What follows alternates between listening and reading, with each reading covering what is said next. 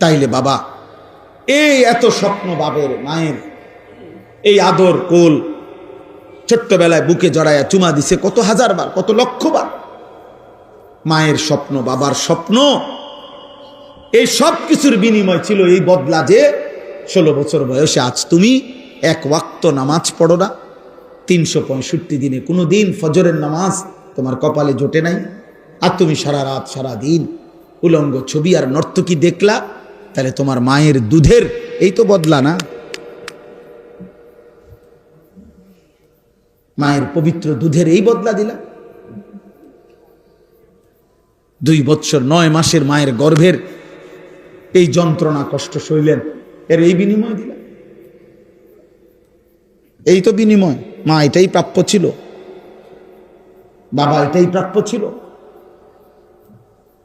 যে তুমি এক ওয়াক্ত নামাজ পড়বা না, আল্লাহ চেনো না, আখিরাত চেনো না, নবী চেনো না, আল্লাহর কোরআন চেনো না, রাসূলের সুন্নাহ চেনো না। কি দেখো তোমরা?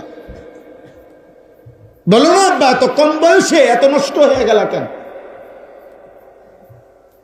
এত কম বয়সে এত চরিত্রহীন হয়ে গেল কেন? এত অল্প বয়সে এত নারী দেখো কেন? এত ছবি দেখো কেন? এত উলঙ্গ দৃশ্য দেখো কেন?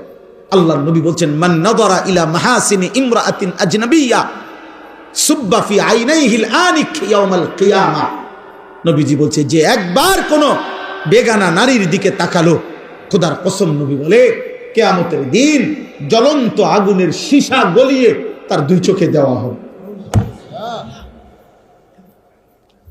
রাসূলুল্লাহ সাল্লাল্লাহু আলাইহি ওয়াসাল্লাম বলেন, মাথার উপরে এই আসমানটা যদি তোমার উপরে পড়ে যেত, ভাঙ্গা পড়তো, ওইটা যত বড় বিপদ নয়।